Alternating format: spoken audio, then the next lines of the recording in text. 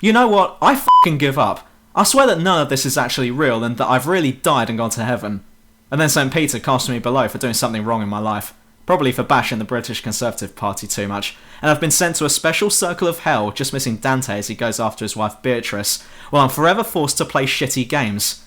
And it's not like I'm trying to stop myself. Like they're a guilty pleasure or something, and I'm like, oh no, that one's gonna be terrible. So bad it might be funny. But then 5 minutes into it, I realise that the shit just got real, and now have to crawl my way through this crap-covered experience. Like trying to escape a dogging session, but being forced to see it through to the end. Speaking of which, here are 10 more games that I can hold my hands up and admit with no shame that these are definitely not for me. And please note the me part of that, because some of these games on here aren't bad. I just want to vent for a bit and haven't been able to do so until now. Like the number 9 entry, which I'm going to ruin it for you now and say that it's Assassin's Creed 3. It's not bad in any way, but I want to say a few things about it. Alright, let's just get on with it, okay?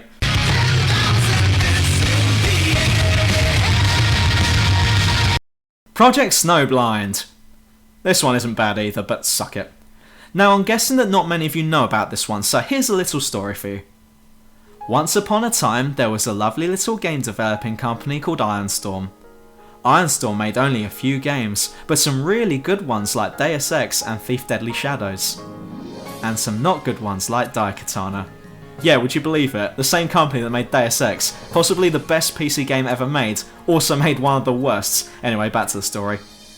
One day, Ironstorm made a sequel to Deus Ex called Deus Ex Invisible War. Convinced that this game would be really successful, Ironstorm began to make another Deus Ex title called Deus Ex Clan Wars that would be a multiplayer. But Invisible War did bad, and Ironstorm decided that they didn't want this new baby, fearing that it would damage the image of the franchise. So they left this newborn baby game on the doorstep of Crystal Dynamics' house, who would adopt the child, calling it Project Snowblind. And they all lived happily ever after. The end. Well, not quite, because this game wasn't that good anyway when it came out, and mostly ignored and forgotten by everyone. Now I've played it all the way through, and I can see the Deus Ex influences, but my beef with this game is the story. Fuck me, it's bad. From my guessing, originally, this game was going to be set either just before or shortly after the events of DX1, as a lot of places and organisations from that game are either present or just re-imaged, such as UNATCO now being called the Liberty Coalition. And soon after the first few missions you get your augmentations, of which the game generously throws at you like they're a part of a promotional deal. Buy 2 pots of Pringles to get an augmentation for free. Despite the fact you will only ever use one, that being Shield, but then the story just goes up its own arse.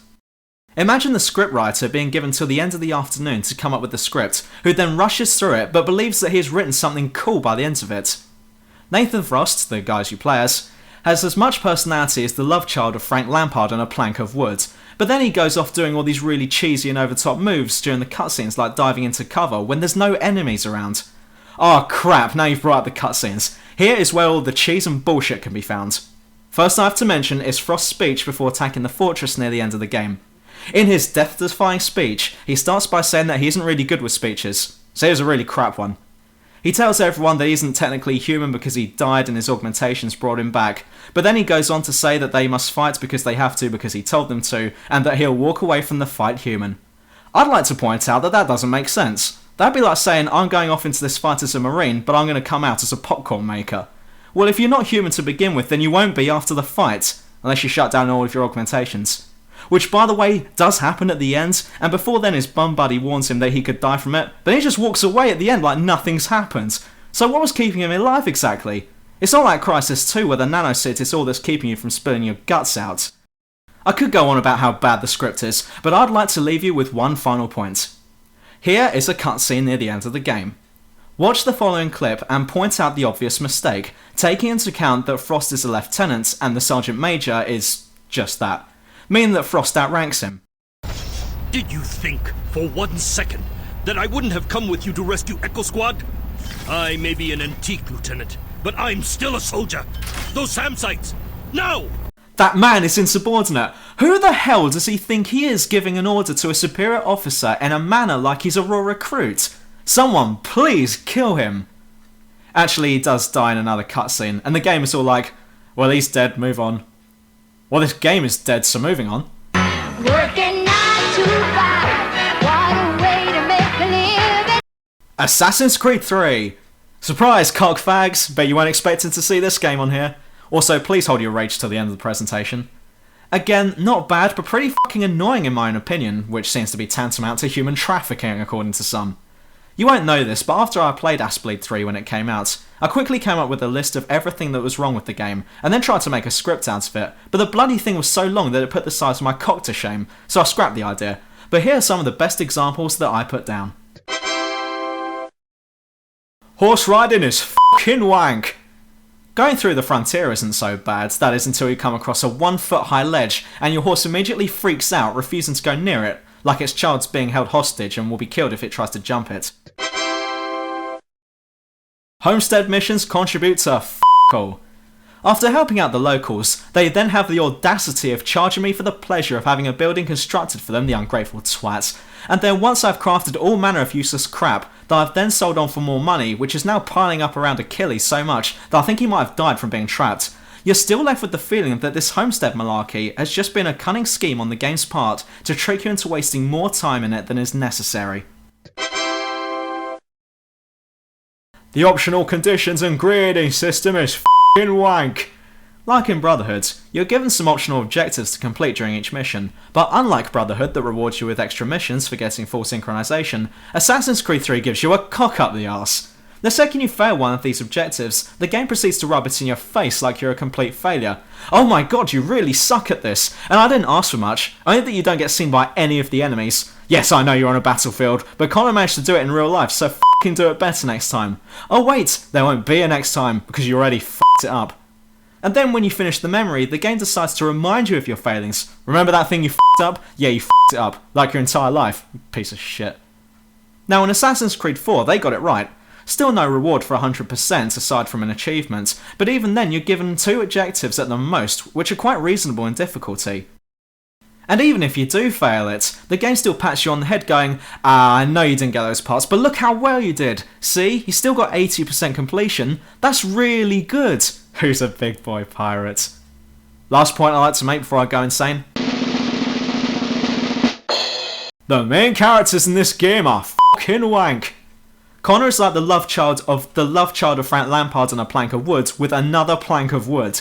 He's more believable as a child, and just grows up to be a boring who ends up getting trained by a boring And don't get me wrong, there's definitely an assassin story in there somewhere, but because the 2 main leading assassin characters are about as interesting as a blank spreadsheet with some milk spilt on it, I ended up forgetting their story entirely. I also totally forgot about Warren Vidic being dead by the time I started playing Assassin's Creed 4. I kept hearing audio recordings with him on it and thinking that he wasn't a bad enemy and that he should be in it more, and it was only when I came to make this video that I realised that he was dead. Now you know you have a game with a terrible storytelling ability when a good character dies and you forget all about it. The Templars on the other hand have all the best characters. Hatham is a gentleman bastard and Charles Lee was a great baddie. And you know that the game has gone wrong somewhere where you end up rooting for the wrong side. I could go on about this game, such as the battle scene where you have to cross it without getting killed, which is about as reasonable as being asked to microwave your own head, or that mission where you take part in the Midnight Ride with Paul Revere as some random excuse for Connor to be there, side-saddling the horse, while Paul shouts out all kind of orders. Like, it got to the point where I honestly thought that he was a Nazi commandant. So that's my rant here on this one. Apart from everything else about it, it wasn't bad. But that's like saying that besides the death, disease and society being brought to its knees, the bubonic plague wasn't that bad. Commence hate mail. Next. And hold on tight, cause it's gonna be wilder than any insect ride. Psychotoxic. I'm actually disappointed with this game. Not because I was expecting it to be good, but because I was expecting it to be complete garbage. And whilst this game resembles the contents of a cock-hungry monster's stomach at the best of times, there are parts to it that I can't hate, and that pisses me off. I want to give an unrelented rant about this one, but I'm forced to accept a 90% rant instead. So contrary to the title of this webisode, and if I could take back that word I just used, then I would, I'm going to start off talking about what's good before I talk about what's bad. First of all, you can't fault the developers for trying, but only at times. Especially when it comes to level design, and when I say level design, I mean Dreamworld level design. See, there's 2 types of levels here, Real World and Dreamworld. Real World is a boring, repetitive corridor grind that has the personality of a wooden mannequin, and the Dreamworld is where the shit's actually happening. It's like you play one of the Real World levels and go, ugh, this is so boring. And then the game goes, alright then, if you're going to be like that, here is something you might enjoy. And then it throws a surreal, nightmarish plane of existence at you, which is quite fun to traverse, with some really weird shit going on. Like an underground cyber complex filled with Jason Voorhees that activate anti-gravity when killed and float to the top of the map, and some really strange wall-mounted angry faces that look like they're trying to pick bits of food out from their teeth with their tongues. At one point, I found myself in an LA-style run-down apartment building getting chased by a bigger Jason Voorhees that couldn't be killed, meaning that I had to run away as fast as I could to get to the fucking exit. But that thing happens that sometimes happens in real dreams, where you can't run very fast, which always occurs when you need to run fast. And it was during these points that I had to stop playing for a couple of seconds in order to take in the sudden realisation that I was actually enjoying these parts, because it's something you're not used to. But then the game pulls you from the Matrix back into the crap world, like, right, that's enough, now run through some more copy and paste office levels. It's a sci-fi FPS, I guess. You play the part of Angie Prophet. Oh Christ, guess what she's gonna do? I swear every time a video game character is called Prophet or Saviour or something along those lines, they end up being fucking God. Do you know what I'd like to see? A game where there's a character with the Saviour type name that gets killed almost immediately. Sorry to go back to it, but Crysis 2 almost did this with their version of Prophet, but then he comes back in the third one like he's saying, "Fuck you, still here." Or near the end of Assassin's Creed 4 where the plot was building up to something big when the hacker's identity is revealed, but then the SWAT team break in and shoot him in the face. But in both of these cases the example fails, either because it was convenient, as was the case for Crysis, or the developers just got bored, as was the case for Assassin's Creed 4, this is what number 3 should have been. The plot of the game is that Angie is a secret agent who is required to save the world from a nuclear disaster, and so far this game's plot is grounded in the real world, if not a bit overused. But then the scriptwriters start taking LSD and take it way out of whack, as we now go back to the story, by preventing an evil machine from activating that's being run by one of the 4 horsemen of the apocalypse. Prophet herself, who is half human, half angel, and half cliché, must now save the world from the game's own developers by shooting a bunch of idiots who aren't bothered in the slightest that their buddies had just been shot, and go into people's minds in order to progress the story. And each person's subconscious looks like something out of Clive Barker's Jericho. So basically every NPC in the game are fucked in the head. Which makes sense, as this game sports off some of the worst examples of AI I have ever seen.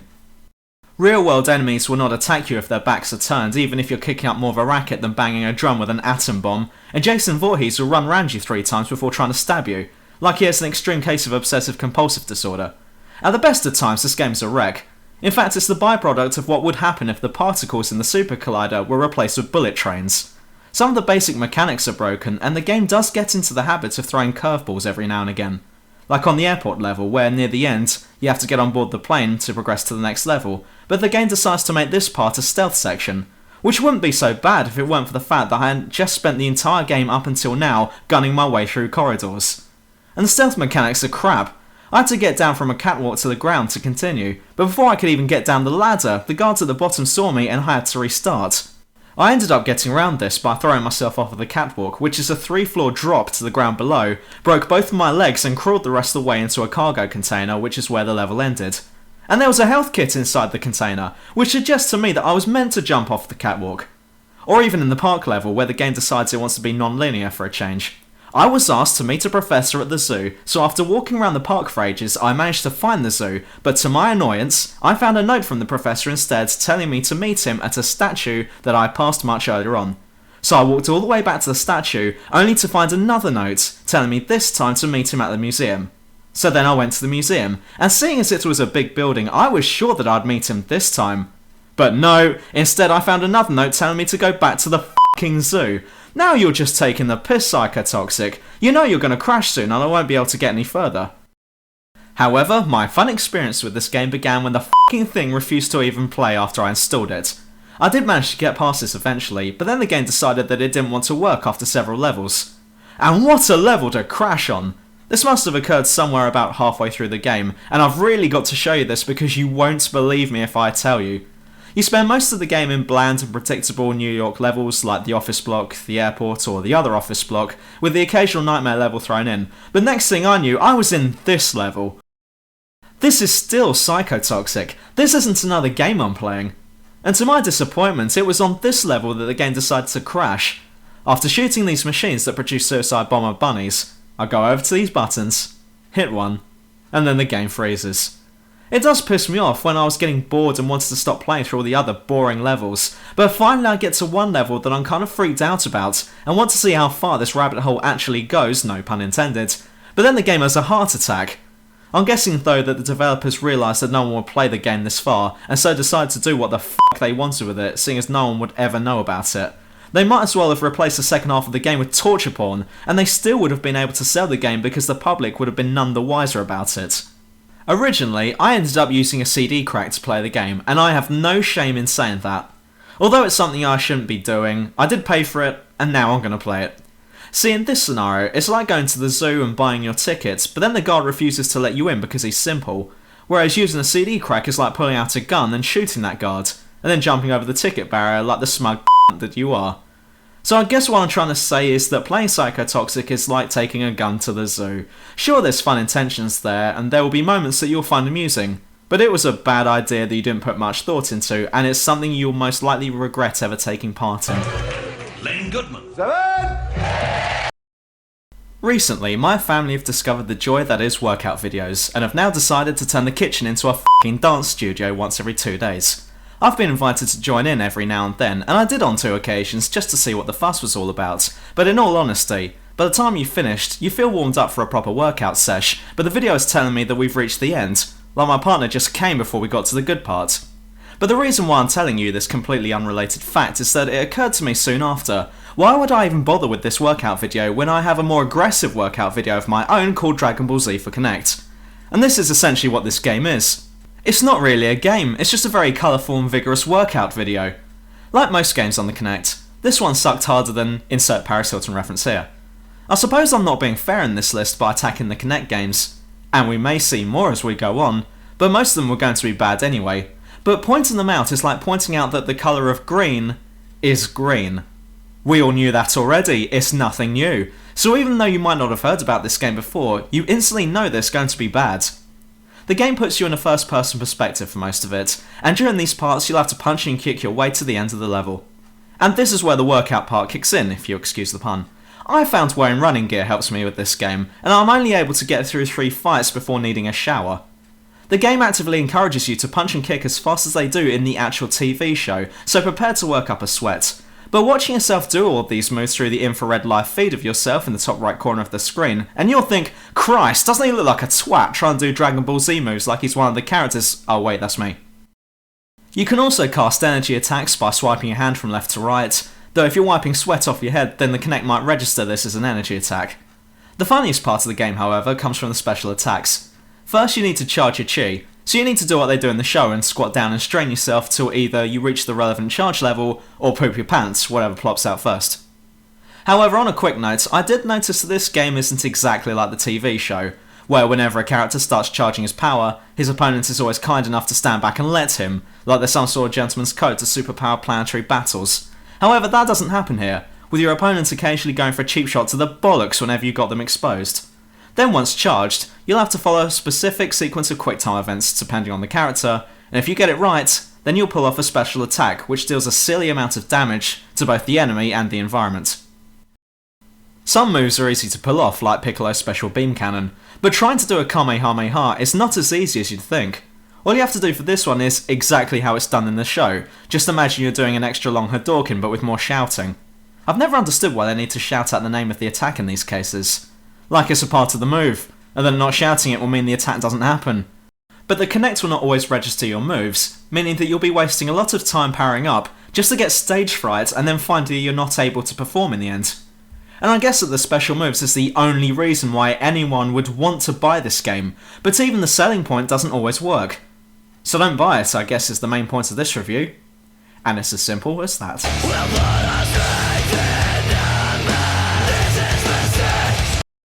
Kinect Star Wars!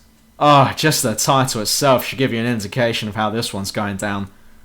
On a quick note, the pod racing isn't too bad, though it hurts your arms after a while. The Rancor Rampage is just funny, and the Galactic Dance-Off is by far the most entertaining part of the entire game.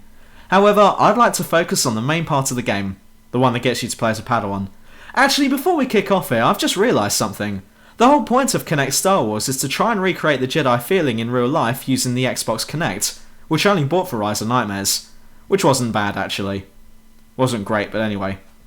So now we have the next step in video game evolution, where we might be able to finally be a Jedi in real life, or as close to real life as possible, and this game's first thought was to get us to play as a fucking student.